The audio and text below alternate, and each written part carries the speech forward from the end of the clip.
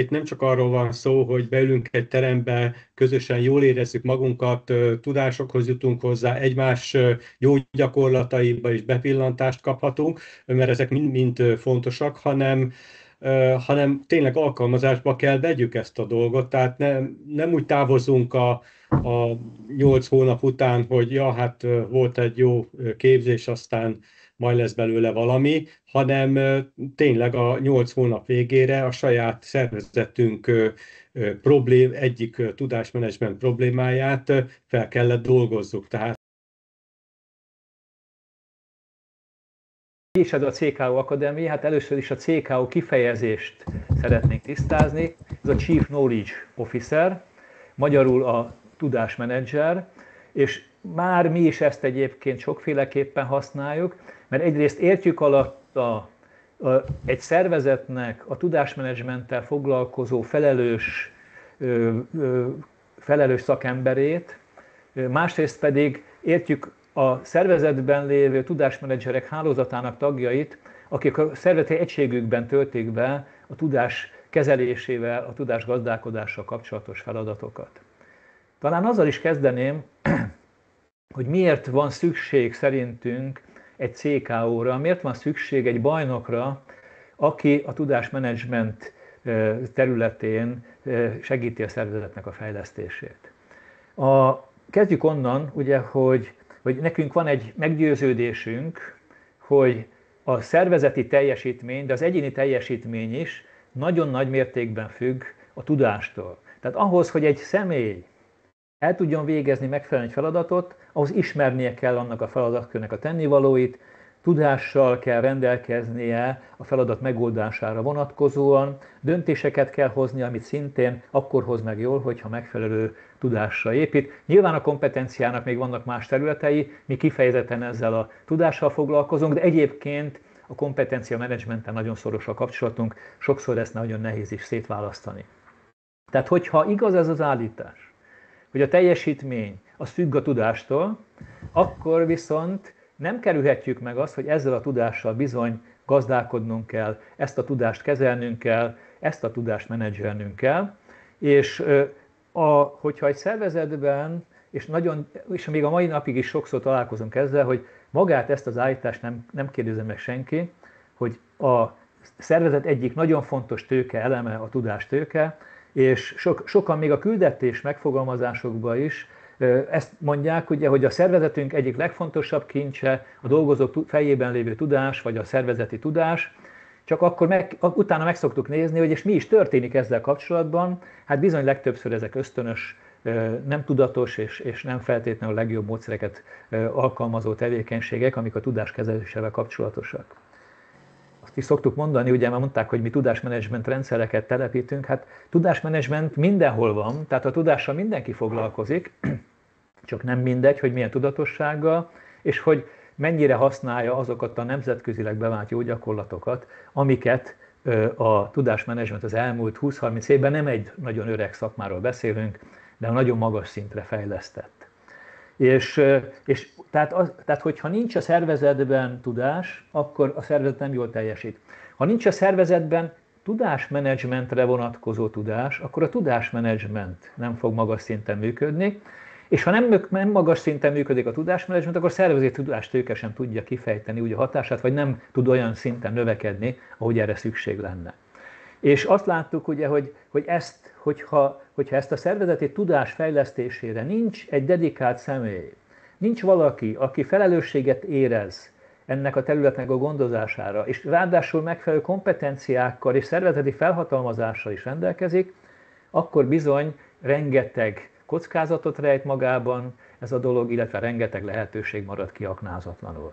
Ezért van szerintünk szükség tudásmenedzserre, és a tudásmenedzser az a felelős bajnok, aki érzékeny a tudásmenedzsment kihívásokra, észreveszi azt, hogy a szervezeti stratégia megvalósításában mikor érdemes a tudásmenedzsment bevált eszközeit használni, és folyamatosan gondozza a szervezet tudásfolyamatait, illetve az ezzel kapcsolatos rendszerek építésében és fenntartásában vesz részt.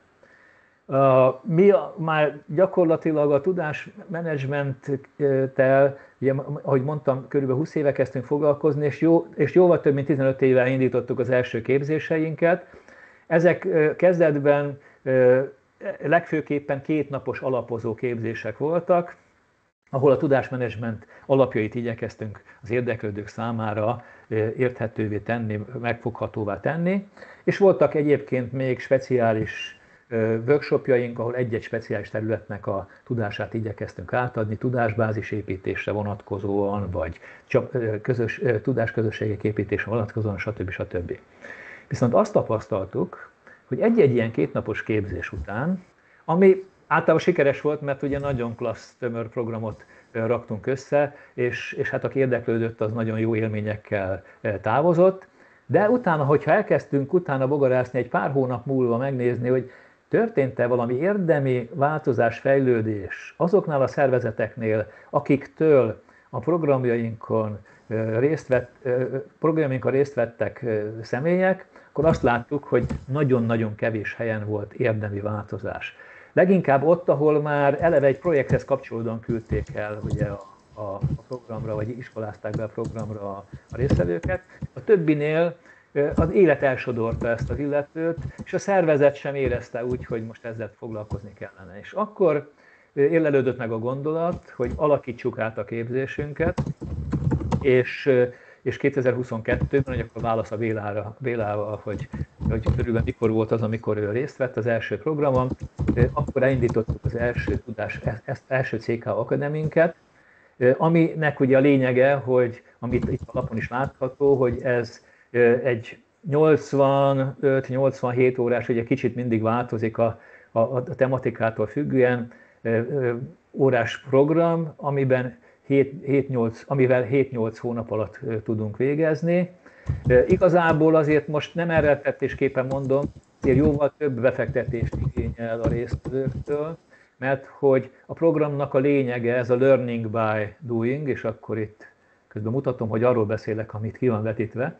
Tehát ez a learning by doing, vagy action learning, vagy akciótanulás, aminek a lényegét mi úgy fogtuk meg, hogy minden résztvevő indít a program keretében egy saját projektet, és annak a projektnek a felépítését segítjük mi tudásokkal, illetve ennek a projektnek a megvalósítása közben szed össze olyan tudásokat, amik aztán később a többi projektnél nagyon hasznosak lehetnek. Ennek megfelelően a program felépítése úgy néz ki, hogy elharmadoltuk körülbelül, hát ez időben nem feltétlenül harmadolást jelent, de logikailag elharmadoltuk a programot. Az első blokkban egy alapozó programot tartunk, amikor is az elméletet ismertetjük, a jó bevált, jó gyakorlatokat, modelleket ismertetjük meg a résztvevőkkel, és már eközben is adunk olyan házi feladatokat, amikor ők a saját környezetükben ennek a modellnek az elemeit a saját szervezetükben felismerik, megvizsgálják, és már ugye már elindul a gondolkodás, hogy akkor hol is lehetne esetleg fejlődni. Aztán ez a gondolkodás, hogy mit is lehetne a saját szervezetünkben változtatni, ez az úgynevezett diagnózis vagy projekttervezési fázisban kapja meg a hangsúlyt igazából. Ebben a fázisban eszközöket, módszereket adunk ahhoz, hogy mindenki jól fel tudja mérni, hogy az ő szervezetében mi lehet az a témakör, vagy mi lehet az a terület, az a stratégiai kihívás, amihez a tudásmenedzsment eszközökkel hozzá tudunk járulni, és ennek a blokknak a keretében mindenki készít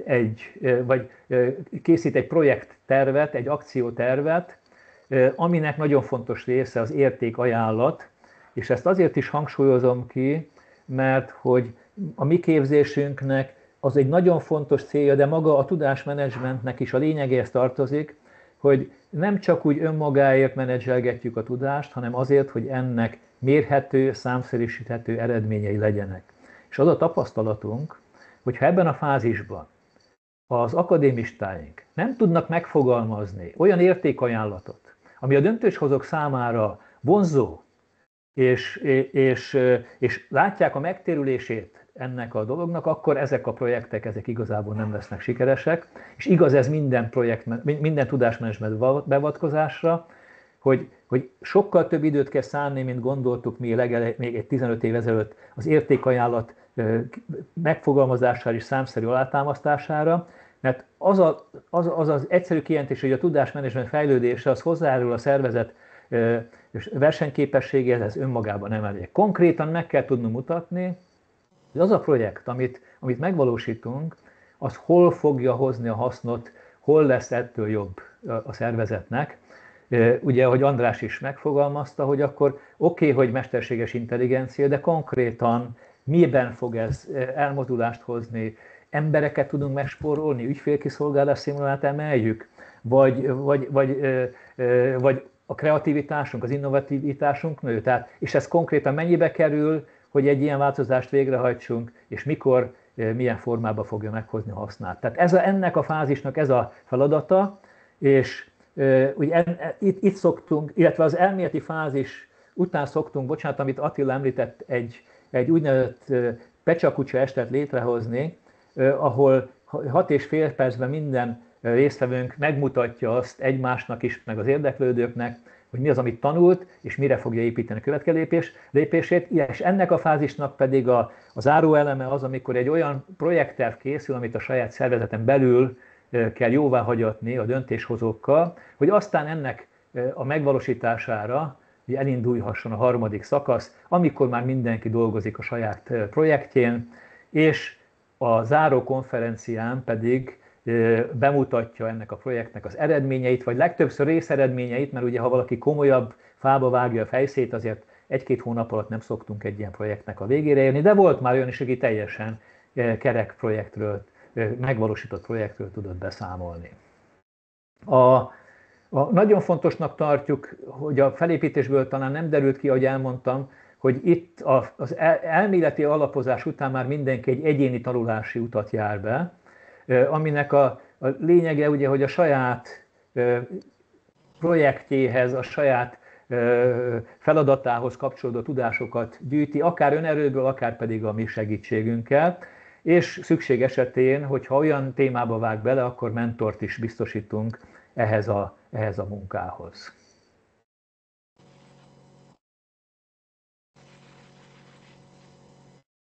Itt egy-két életkép arról, hogy hogyan dolgozunk. Ugye módszertanilag igyekszünk a lehető legszínesebben működni.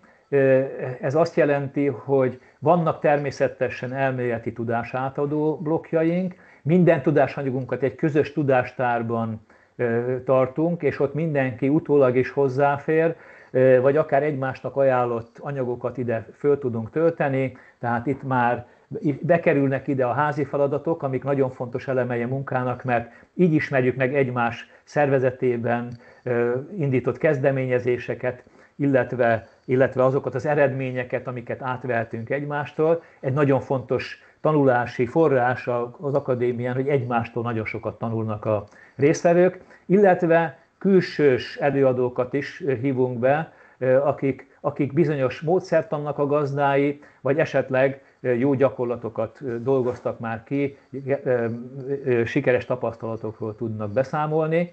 A képzésben vannak saját élményű, játékos gyakorlatok is, nagyon sok az interaktivitás, hogy egymásra ki tudjuk cserélni a tapasztalatokat, föl tudjuk egymásnak tenni a kérdéseket, tehát igyekszünk a lehető legszínesebb módszertannal dolgozni. Itt fölvillantjuk a tervezett februártól induló programunknak a tervezett menetrendjét. Itt nem gondolom, hogy ezt most megjegyezni. Egyrészt, mert fent van az eseménynek a honlapján, másrészt meg az úgynevezett kick-off meetingünkön mindig ezzel szoktuk indítani, hogy megnézzük, hogy nincs-e valakinek, vagy valakiknek olyan halaszthatatlan esemény az életében, ami miatt mondjuk érdemes valamelyik időpontot megváltoztatni, és a közös megegyezéssel akkor ezeket az időpontokat akkor még meg tudjuk választani. Itt látjátok, hogy szakaszokra van bontva ez a program, és a most induló programunknak a februárban induló programunknak a tervezett zárása az novemberre esik. Annyi a amit most szeretnénk nektek felajánlani, vagy akiket még elértek, és még a ti ajánlásotokkal esetleg jelentkezik hozzánk, hogy itt egy elég jelentős kedvezményt tudunk adni. Ugyan az Early Bird határidőnk lejárt, de annak, aki itt a programon részt vesz, és esetleg és fontolgatja a jelentkezést, akkor egy hétig még ezt a Early Bird árat fogjuk tudni biztosítani. Ez egy kis ösztönzőül hathat esetleg, hogy akkor minél hamarabb a döntést meghozzátok. Egyrészt most először kérdezem a Marcit és a többi volt résztvevőt, hogy van-e valami, amit úgy érzitek, hogy kihagytam, és utána pedig kérem a volt akadémistákat, hogy egy-egy saját élménnyel, vagy egy-egy dolognak a kiemelésével mondja, hogy mi az, amit még ők itt nagyon fontosnak tartanak, ami az ő élményeikből, vagy a tapasztalataikból itt mindenképp megosztásra érdemes. Én szívesen kezdem. Mi magunk is igyekszünk tanulószervezetként működni mindig, és ez vonatkozik az akadémiának a működtetésére is. És mint ahogy tanítjuk is az After Action Review nevű tapasztalatfeldolgozó technikát, mi is mindig tartunk ilyen alkalmakat az egyes képzési alkalmakat követően, és a tavalyi évfolyamnál viszonylag nagyot változtattunk, mert ott azt érzékeltük, hogy egy olyan csoport jött össze, akik különösen sok volt a gyakorlatias akadémista, akik sokszor spontán vagy félig struktúrált tapasztalatcserével tanultak a leghatékonyabban, illetve játékosabb feladatokkal, amelyek amúgy is részei voltak az akadémiának, de ezeknek az arányain egy elég nagyot csavartunk felfelé, és azt láttuk, hogy ez sokat segített az ő elkötelezésükön. És vannak ugyan fix dolgok a tematikában, meg mindig jönnek újdonságok is, mint például az AI-t is most már több előadáson is beemeltük néhány szakértőnk segítségével. Erről még szerintem érdemes lehet majd beszélni, meg feltételezem, hogy ez érdekel többeteket is. Ugyanakkor mi is a módszertant sem tekintjük egy ilyen kőbevésett dolognak, már vannak alapelveink, meg vannak bizonyos határok, amiket fontosnak tartunk megtartani, de ilyen szempontból is ez egy mozgásban lévő és még formálódó és rugalmasan változó képzést. Nem győzöm hangsúlyozni. Igen, hát annyira, hogy valószínűleg a Béla, amit az első csoportban átélt, az legalább 30-40%-ban tartalmilag is eltér attól, amit már itt a Jutkáék ugye itt a harmadik csoportban kaptak, mert hogy a tartalom annyira dinamikus a tudásmenedzsment is, hogy mindig új, és itt igyekszünk, ugye, ahogy mondtam is, mindig a csoporthoz illeszteni a tartalmakat is, meg ahogy a Marci mondta, még a módszereket is.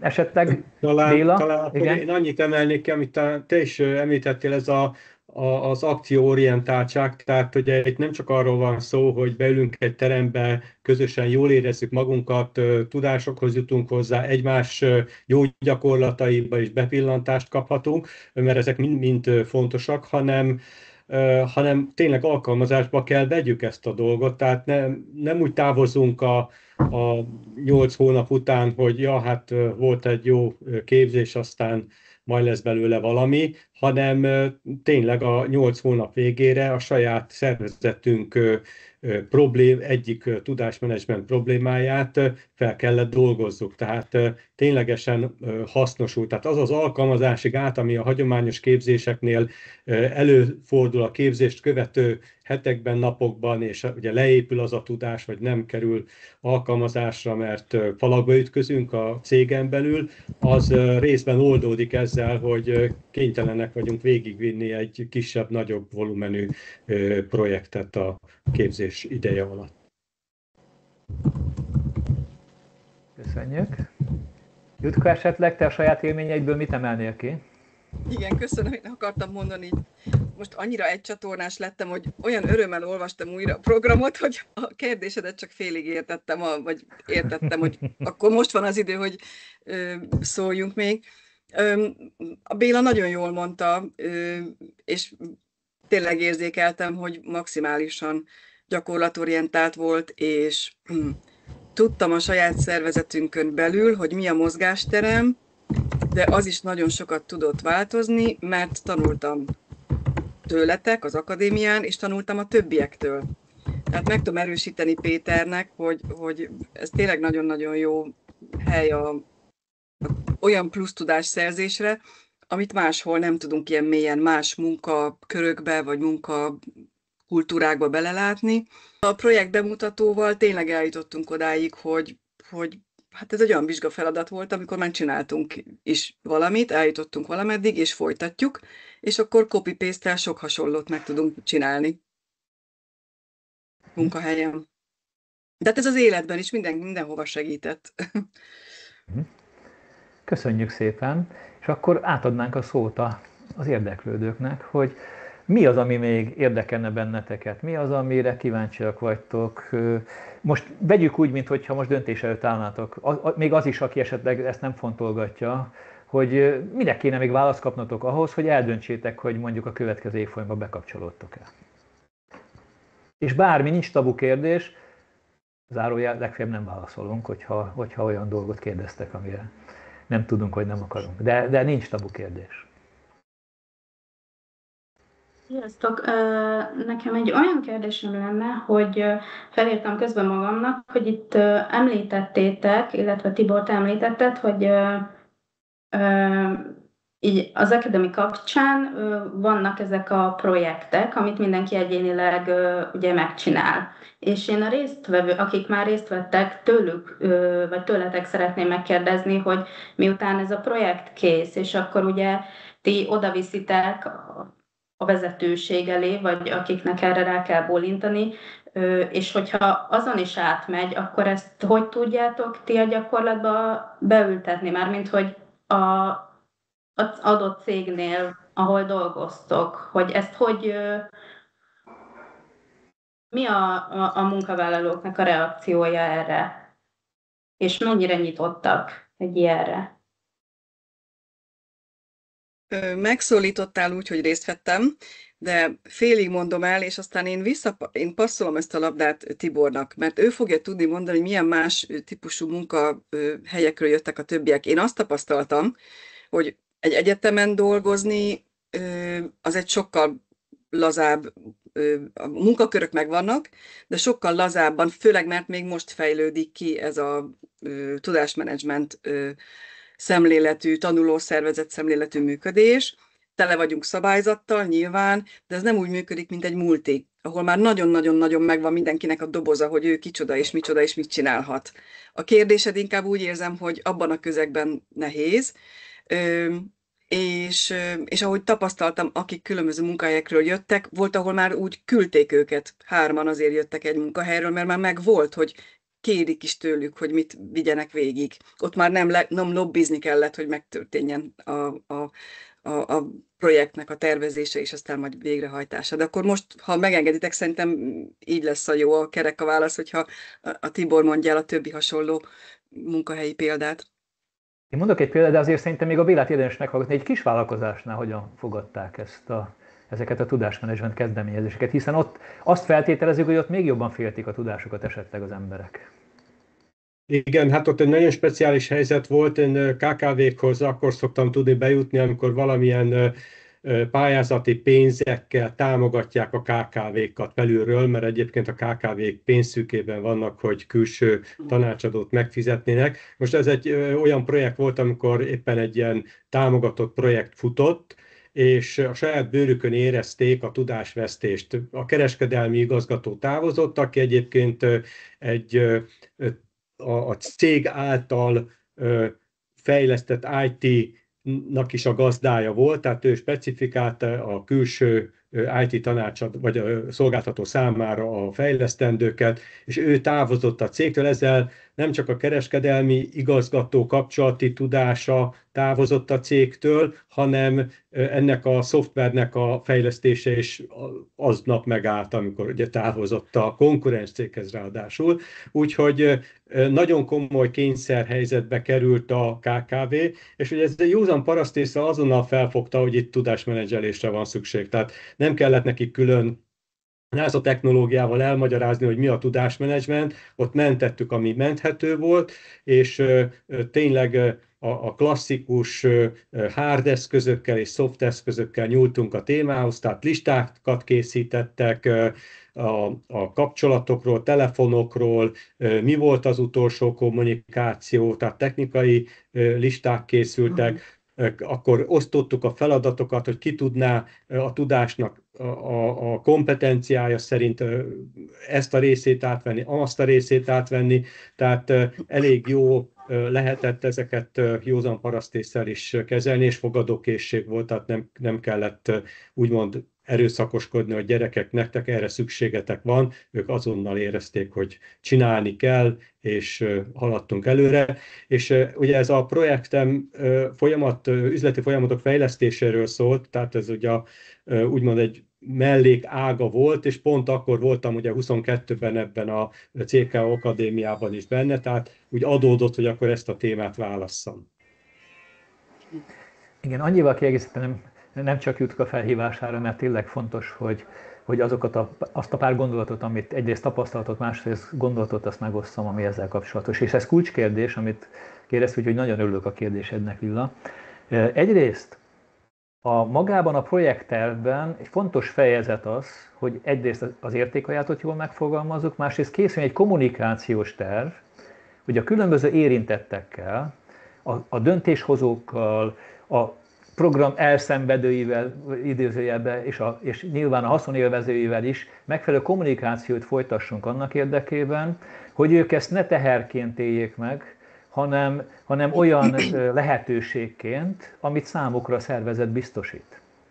És nyilván sok esetben ez könnyű, mert hogyha például egy automatizálás vagy egy AI bevezetés történik, és azt mondjuk nekik, hogy ezentúl a favágó munkát ezt elvégzi helyettetek a háttérbe a számítógép, vagy gép, vagy mesterséges intelligencia, akkor nyilván ezt könnyebb eladni, mint ha azt mondjuk, hogy hát te itt egy kulcsember vagy, és hát te ki vagyunk szolgáltatva annak, hogyha te véletlenül veled történik valami, és akkor itt a valami mögött lehet érteni azt, hogy elüti a villamos, hogy átmegy konkurenshez, stb.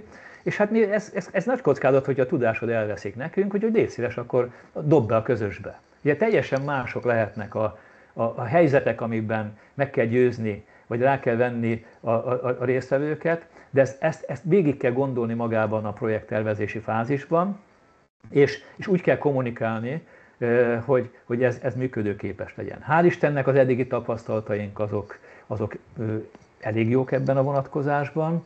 Ahogy Jutka is mondta, például ez egyik gyártócég, ahol szintén kulcsemberek tudásmentése volt a fókuszban, ott ők eléggé féltek attól, hogy egy felsővezetőnek a tudását kellett például föltérképezni, mit fog ő szólni hozzá, hogyha megkérik, hogy kezdje el a tudását rögzíteni a szervezet számára, és úgy félve mentek hozzá, de nagyon jók voltak az első interjúk és az első beszélgetéseknek a tapasztalatai, tehát ez is teljesen jól működött. Tehát azt tapasztaljuk, hogy ha megfelelő az értékajánlat, és mindenki meglátja, hogy neki mi ebben a haszna, akkor nagyon könnyen rávehetők arra, hogy ebbe a projektben részt vegyenek. Én még egy dolgot... Igen, mondjad Márti. Köszönöm, még Lilla kérdéséhez nekem is van egy kiegészítésem az eddigi válaszokhoz, hogy nem csak addig készítjük fel az akadémistákat, hogy elvigyék a vezetőhöz a projektötletüket és tegyenek egy értékvállalatot, hanem magára a változásvezetésre is. Ez is egy fontos elem a képzés vége felé. Erről van egy elméleti előadás, beszélgetünk ennek a pszichológiájáról, csinálunk tréning gyakorlatot is, ami egy elég erős tapasztalat volt emlékem szerint a legutóbbi évfolyamnak. Úgyhogy a teljes tehát a diagnózistól kezdve a változásvezetési folyamatig, sőt még azon túl akár a utólagos országos konzultáció utánkövetésig is foglalkozunk ezekkel a projektekkel, mint tanácsadó.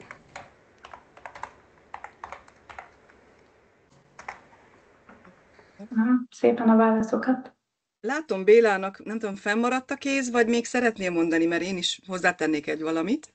Igen, akartam egy kicsit még hozzászólni, csak közben pont András távozott, mert neki szólt volna, hogy most ugye rengeteg pályázati pénz megy ki a KKV-khoz, és hát ez talán nem csak a tudásvesztés, vagy a kritikus tudás kezelése kérdés KKV-knál is, nyilván nagy cégeknél is, de KKV-knál is, hanem most érzékelhető a mesterséges intelligenciához kötődően egy kompetencia keresés. Tehát tájékozódni szeretnének a cégek, hogy hogyan tudnák ezt minél hatékonyabban használni, mely területeken, és nem rendelkeznek ilyen jellegű tudással, és segítség, nagyon éhesek, vagy szomjasak, inkább így fogalmazok, arra a tudásra, hogy hogyan tudnák ők ezt minél hamarabb alkalmazásba venni. Például rengeteg adattal rendelkeznek, és az adatok feldolgozásában a mesterséges intelligencia már is azonnal kézzelfogható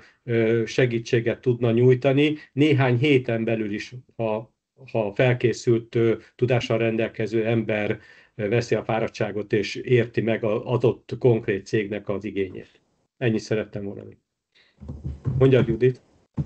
Igen, és van még egy aspektus, hogy nem mindig csak tudásvesztést előzünk meg, vagy kritikus tudást azonosítunk be, és akkor a tudást is, meg az embert is, meg mindent mentünk, kezelünk, hanem amikor csak éppen normál állapotok vannak a munkahelyen, és kell találni, mert hogy szerintem legtöbb munkahelynek még nincs tudásmegosztó platformja, kell találni egyet vagy többet is.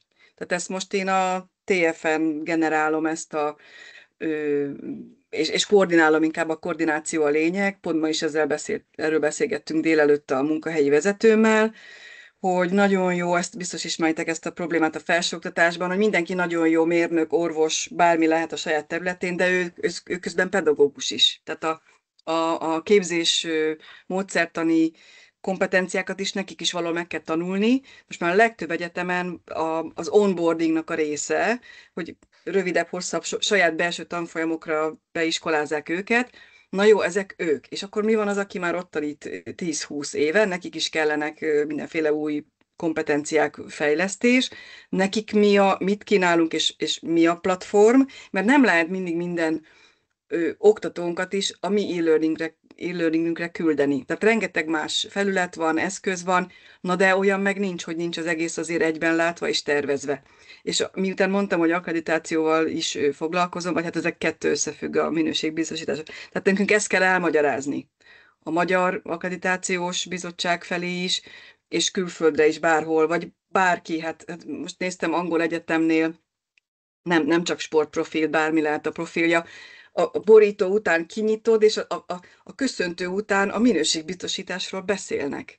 Mert most már a szülő, meg a hallgató is, vagy a leendő hallgató akarja tudni, hogy mi az, amivel a leendő választott egyetemén biztos, hogy minden olyan nagyon jól smakkol, és tudjuk, hogy akkor smakkol, hogyha 2025-ben is mindenkinek a legjobb tudása van, nem csak a saját szakmai területéről, hanem ahogy átad, tanít, stb. Úgyhogy ez a tudásmegosztásnak az összes kérdése is nagyon-nagyon fontos. Köszönjük szépen. Péter, már elég régóta fönt van a kezed, reméljük nem fáradtál. Nem, csak egy nagyon érdekes volt hallgatni itt a kollégáknak a meglátásait, hogy el is, amit levezetett, megmutattál képzési tematika.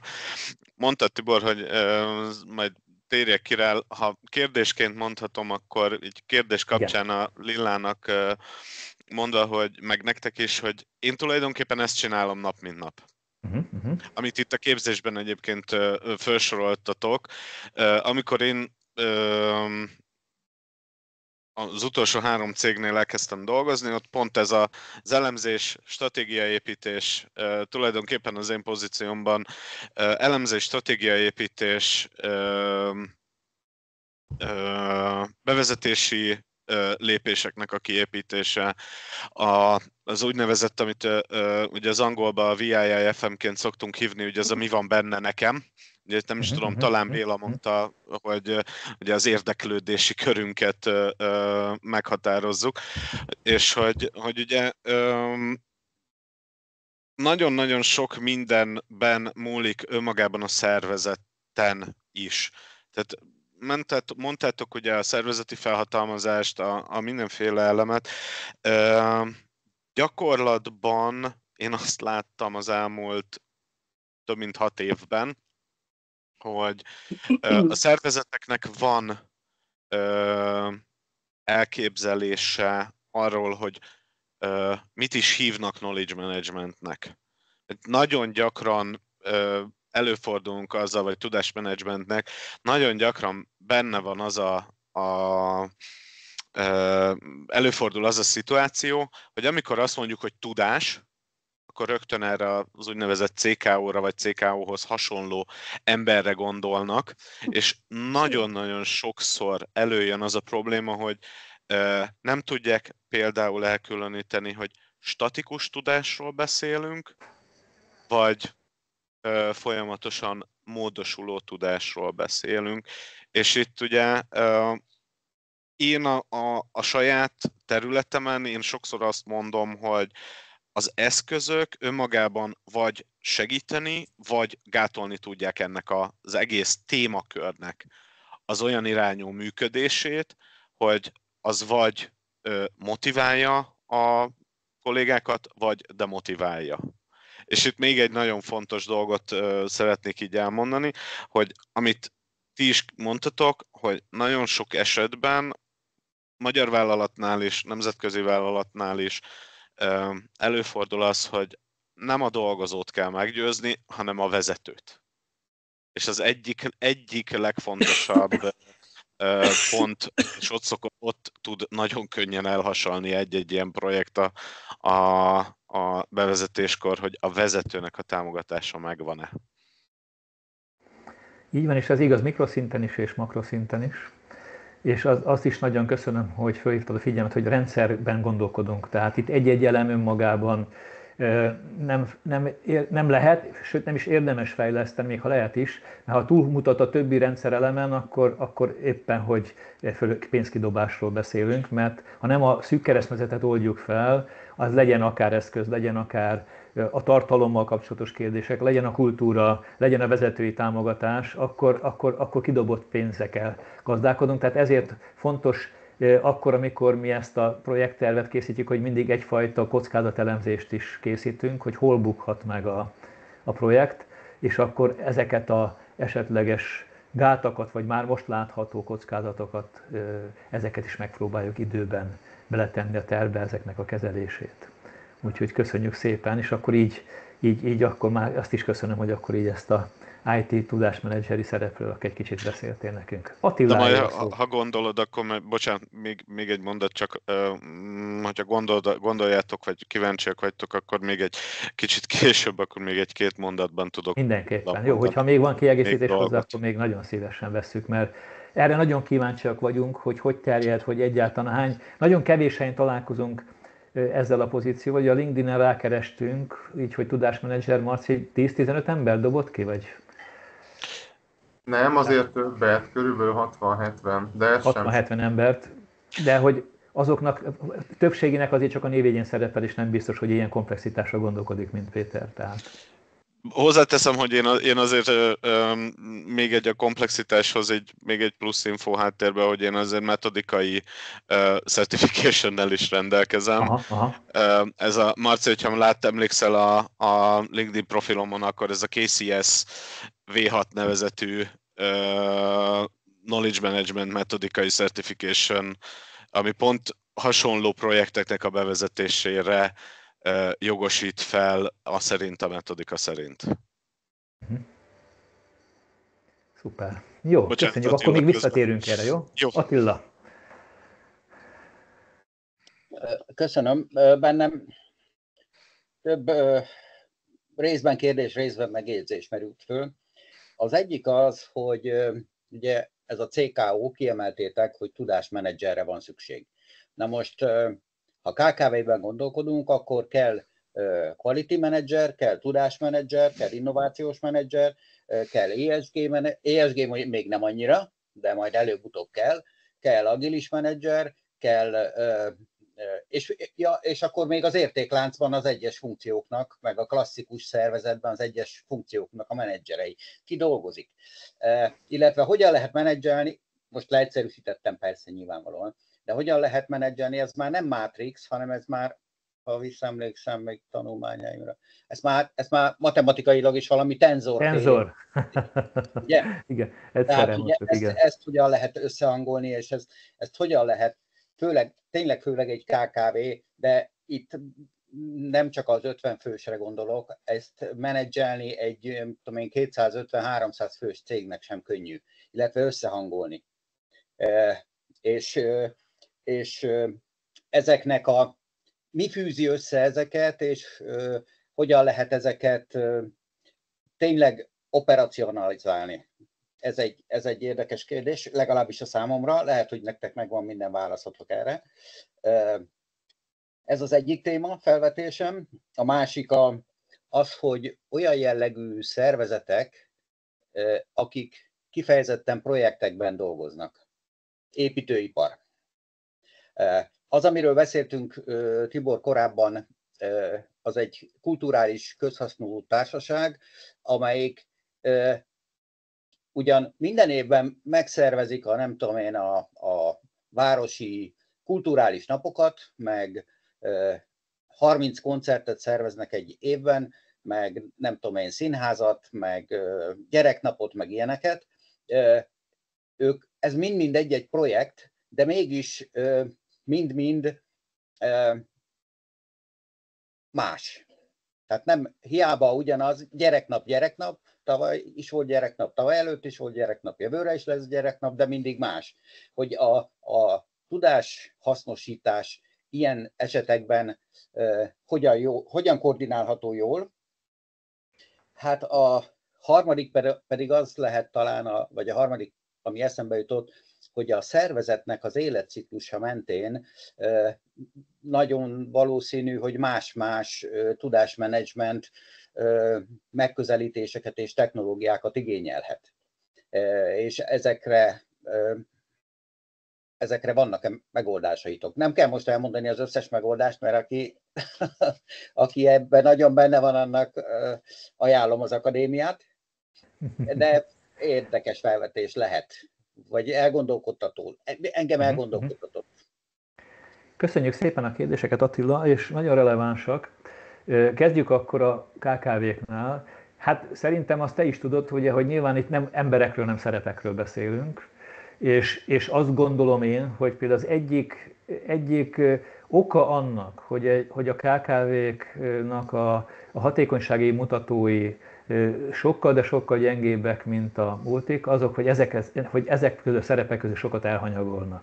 Vegyük csak a minőségügyet, ha azt elhanyagolják, akkor bizony nem lesznek versenyképesek. De ugyanígy maguk módján, ugye, hogyha abszolút csak ösztönösen nyúlnak hozzá a tudás kezeléséhez, és nem figyelnek oda, hogy mondjuk egy kulcsemberük annak már kifelé áll a rúdja, és akkor vagy baromi erősen bezsarolja őket, vagy egyszer fogja magát és szól, hogy már hétfőn nem jövök, és akár egy üzletág összeomlik, akkor mondhatjuk azt, hogy nekünk erre nincs emberünk, de hát akkor kérdés, hogy mi a drágább, hogyha ezzel mégis valaki foglalkozik a KKV-n belül, vagy hogy mondjuk egy üzletág leáll egy fél évre, vagy akár örökre megszűnik, mert elment az aki ezt tudta. Tehát mi egyébként úgy gondoljuk, hogy a KKV-knak még nagyobb szüksége van erre, viszont azt is látjuk, hogy azért nagyon kevés, az nem ritka, tehát volt már nekünk az elmúlt ugye 22 ember vett részt már eddig az eddigi 3 csoportban, abban legalább 4-5 egészen kis cégnek a munkatársai vagy vezetői is részt vettek, de ez biztos, hogy erre tömegesen nem lehet alapozni, úgyhogy mi elindítottuk egy programunknak a fejlesztését, mi okos vállalkozásnak hívunk, és egy szűkített programot kínál ehhez az akadémiához képest, hiszen ki tudjuk venni belőle azokat az elemeket, amik kifejezetten nagy szervezeti tudásmenedzsmenthez tartoznak, és jobban tudunk fókuszálni a KKV-kra, és ugye még inkább ilyen mastermind jellegűen tudjuk csinálni, hogy az elméleti inputok után még inkább intenzíven a saját projektjeiken tudnak tanulni. De ez a program még nem került meghirdetésre, de a 2025-ös évben nem csak reménykedünk, de tervezzük is, hogy legalább a pilotprogramot ebből elindítjuk. A második kérdés az a projektek, tehát a projektszervezetek tudásmenedzsmentje. Hát két dolgot tudok ehhez mondani. Egyrészt ott még nagyobb a súlya annak, hogy a tudást mennyire profin menedzselik, mert hogy az a szervezet, aki rutin feladatokat ismétel, ott van egy spontán tanulás.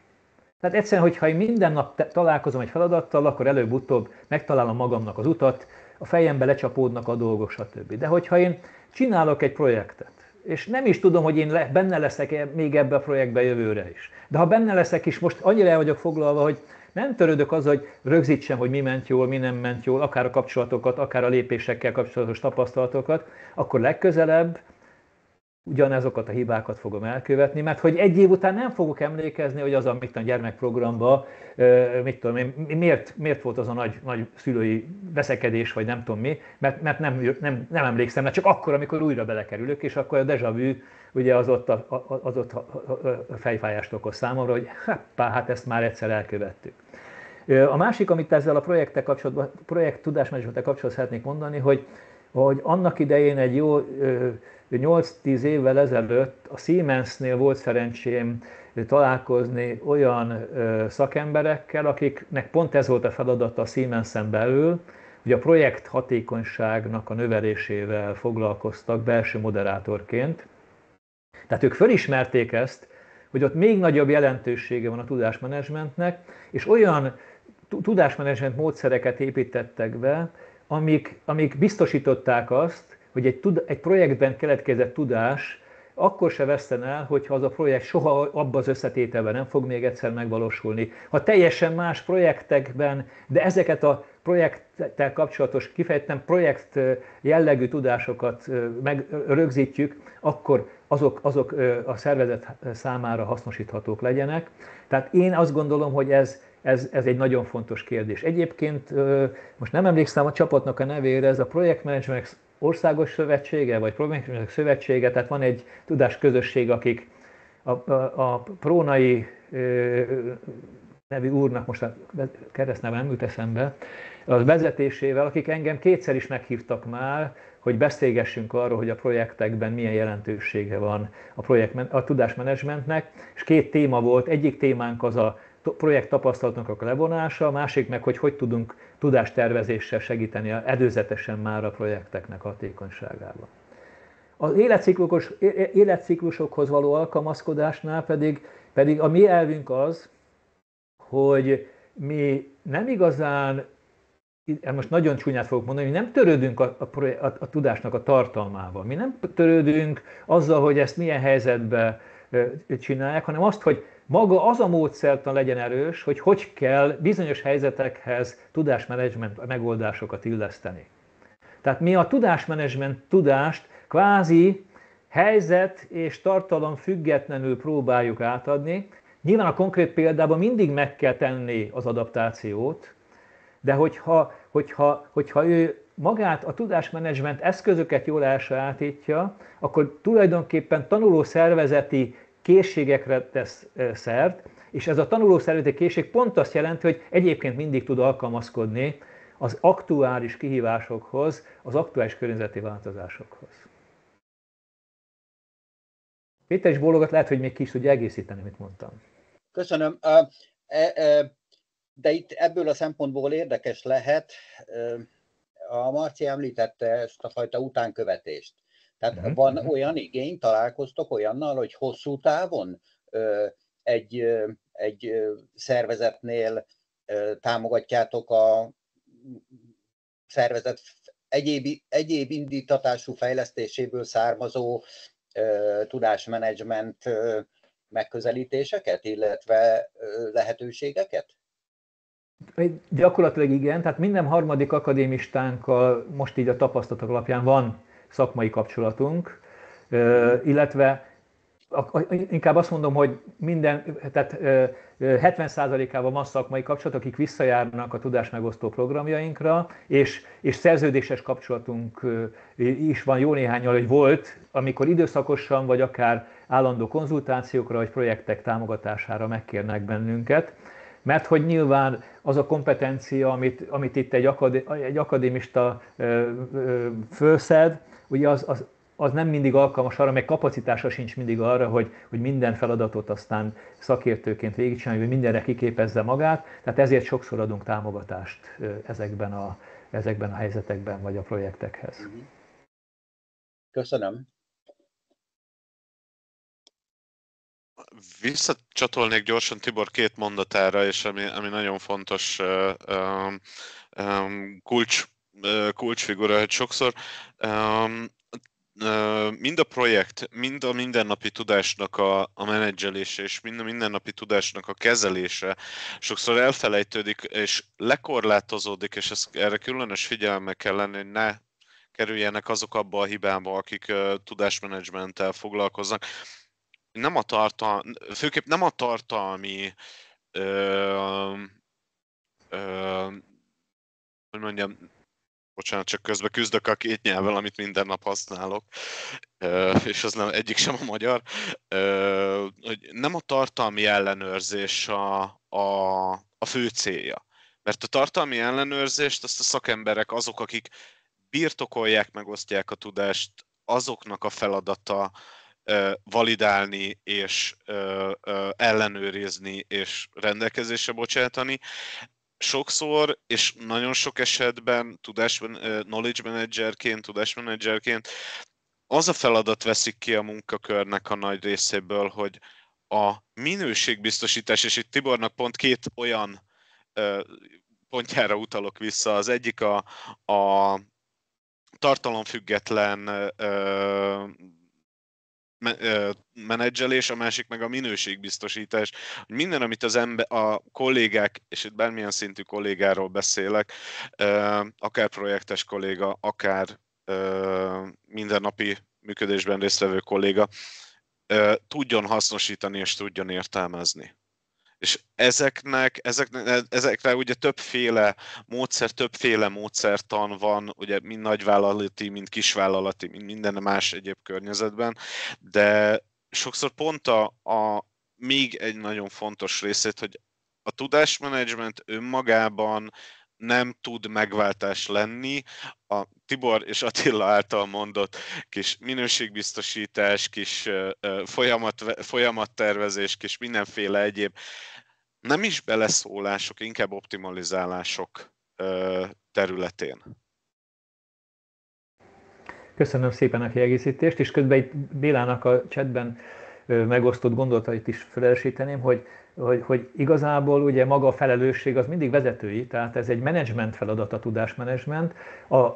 Ehhez kvázi eszközként használhatja a menedzsment, nyilván minél elkötelezettebb, annál sokoldalúbban magát a tudásmenedzsert. És itt nagyon fontos, hogy ez a felelősséget innen kezdve nem azt jelenti, hogy a CKO a felelős a szervezet tudásmenedzsmentjéért, hanem a vezetésnek a feladata ez, de a CKO baromi nagy segítséget tud adni ebben, és ezért ez fontos. És akkor itt volt még egy kérdés Évától, ugye ez, hogy mikor tartjuk a programokat. Hát hétköznapokon tartjuk, és pontosan azért, mert hogy alapvetően az a tapasztalatunk, hogy ilyen mértékű elköteleződést csak szervezetek vállalnak, hogy egy ilyen képzésbe bekapcsolódjanak. Mondjuk most, ha a Jutka nem sértődik meg, akkor megosztom azt, hogy ő kivétel, mert ő saját költségéből vett részt a programon, mert nem tudta elérni, hogy a szervezet támogassa. Viszont a szervezet érdekében vett részt, tehát ennyit azért a szervezet biztosított, hogy olyan munkaidőben tudjon részt venni. Tehát mi ezt nem gondoljuk, hogy a szervezetnek a tagjai munkaidőn túl is rászánnák ezt, és ezért ennek ez a megoldása most itt a mi esetünkben. Úgyhogy egyelőre itt tartunk. Nyilván örülnénk, ha ilyen szabad egyetem jelleggel, de ezt azt gondoljuk, hogy ekkora befektetést azért, hogy én kicsit a tudásomat bővítsem, azért nem fog tenni, vagy nagyon kevesen fognak tenni, és ezért ezt így gyakorlatilag, ezt így a munkaidő részében gondoljuk, vagy a munkaidőben gondoljuk ezt megvalósítani. Úgyhogy nyilván, ha tömegesen érkezik az igény, akkor persze elgondolkodunk rajta.